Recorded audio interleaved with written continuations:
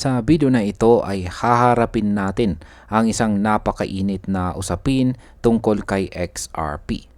Lumabas po ang isang pahayag mula sa kilalang crypto personality na si Mr. Pool na nagsasabing masyado raw mababa ang expectation ng market para kay XRP. Ayon po dito, hindi lang $1,000 by 2030 ang posibleng abutin ng kanyang presyo, kundi may posibilidad na mas maaga pa at mas mataas pa. May ilang nagsasabi na bago matapos ang taong 2025 ay posibleng umabot siya sa 5-digit range o lampas $10,000. Tunay na napakalaking prediction ito at marami ang nagtataka kung gaano ito katotoo. Kaya ayan po ang siyang ating pag-uusapan sa video na ito. Pero bago po tayo magpatuloy ay pakibasa na lamang po muna ang disclaimer dito po sa ibaba ng ating screen. Ayan, meron pong post dito si Tak Rico.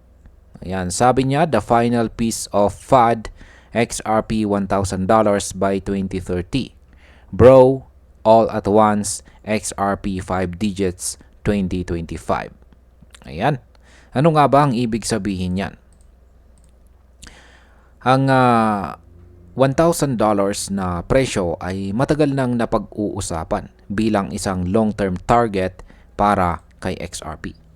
Kung mangyayari po ito sa taong 2030, magiging malaking panalo ito para sa mga holders dahil kahit po sa value na yan ay outperform na niya ang karamihan sa mga token sa market. Ngunit ayon po kay Mr. Pool, ang target na ito ay parang napakababa pa raw kung ikukumpara sa tunay na posibleng mangyari. Kaya ang possible market impact po dito ay kung umabot sa XRP ng $1,000 kahit po sa taong 2030, magiging dominant player po siya dito sa mundo ng crypto. Lalaki po ang kanyang market cap at mas lalo siyang magiging attractive para sa mga institutional investors. Posible itong mag-trigger ng mas malawak na adoption lalo na sa mga bangko at financial institutions na matagal nang nakatingin kay XRP bilang solusyon sa cross-border payments. Ngayon ay paano kung umabot po sa 5-digit range bago matapos ang taong 2025 itong si XRP? Ito po ang pinakabombang statement mula sa kanya. Kung aabot po sa XRP ng higit $10,000 by the end of 2025, ibig sabihin ay magkakaroon po ng unprecedented inflow ng capital. Hindi lang ito basta pump, kundi isang sinyalis na globally ay ginagamit na siya bilang pangunahing asset para sa liquidity management, tokenization ng assets, at saka global settlement. Sa market impact, kung totoo po ang ganitong bilis ng pag-akyat, posible pong magbago ang hierarchy ng buong crypto market. Maaari pong maunahan ni XRP si Bitcoin sa dami ng kapital at paggamit na dati ay hindi pa nangyayari. Ito rin ay magbubukas ng bagong yugto kung saan magiging sentro ng atensyon ang regulation dahil hindi kayang pabayaan ng mga gobyerno ang ganitong kalaking galaw. Ngayon ay paano po ba nag-react ang XRP community sa prediction na ito? Mix po ang naging reaction ng community. Mas naging optimistic po. May mga optimistic na naniniwala na kahit $1,000 lang ay sapat na para maging all-time winner sa XRP laban sa ibang mga crypto. Meron ding mga nag-breakdown ng prediction. Sinasabi na sa September ay nasa double digits, October ay triple digits, at November ay quadruple digits, at sa December ay 5 digits na po siya. Pero syempre, hindi na rin po mawawala ang skepticism. May mga nagsasabi na unrealistic ito dahil kailangan po ng time para sa regulation, adoption ng institution, at tokenized asset market. Sabi nga ng ilan, kahit symbolic ang message ni Mr. Poole, mahirap paniwalaan na kaya itong maabot sa napakaikli na panahon lamang. Sa market impact, ang ganito pong klase ng hype ay maaari pong magdulot ng malalaking swings sa presyo. Kung mas marami pong traders ang naniniwala, pwede itong mag-push ng rally sa short term. Pero kung maging overhype at hindi agad makita ang resulta, may posibilidad din ng sell-off dahil po sa disappointment. Kaya't importante po ang tamang risk management sa ganitong klase ng narrative.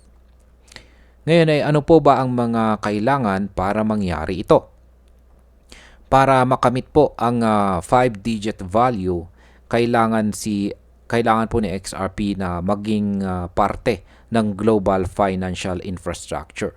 Ibig sabihin ay fully integrated po siya sa cross-border payments, liquidity hub ng malalaking institutions, at gamit bilang tokenized assets para sa mga real-world financial products.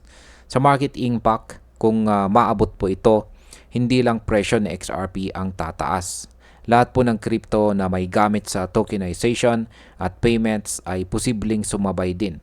Pero si XRP ang magiging hari ng sektor na ito at siya ang magsiset ng standard para sa iba. Ngayon ay realistic ba talaga ang 5-digit XRP, 5-digit na presyo ni XRP ngayong taong 2025? Yan, ito po ang pinakamahirap na sagutin. Ang mga optimistic ay naniniwala na posibleng mangyari dahil sa bilis ng galaw ng crypto market. Ang skeptic naman ay, mga skeptics ay sinasabing kahit $1,000 by 2030 ay malaking bagay na at ang 5-digit ay masyado pang malayo. Kaya sa market impact, ang hype po na ito ay maaring magtulak ng mas maraming investors na pumasok.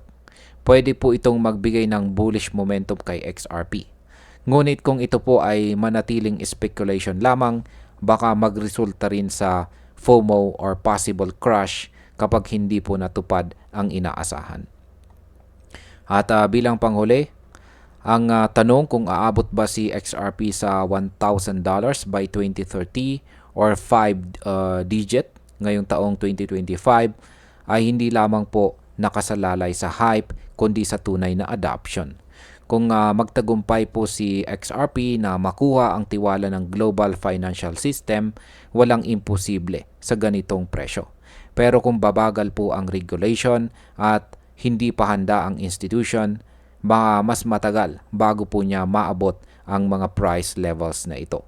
Ang malinaw lamang po ay kahit $1,000 by 2030 pa lang ay panalo na sa XRP at magiging isa po siya sa pinakamalaking kwento ng crypto history.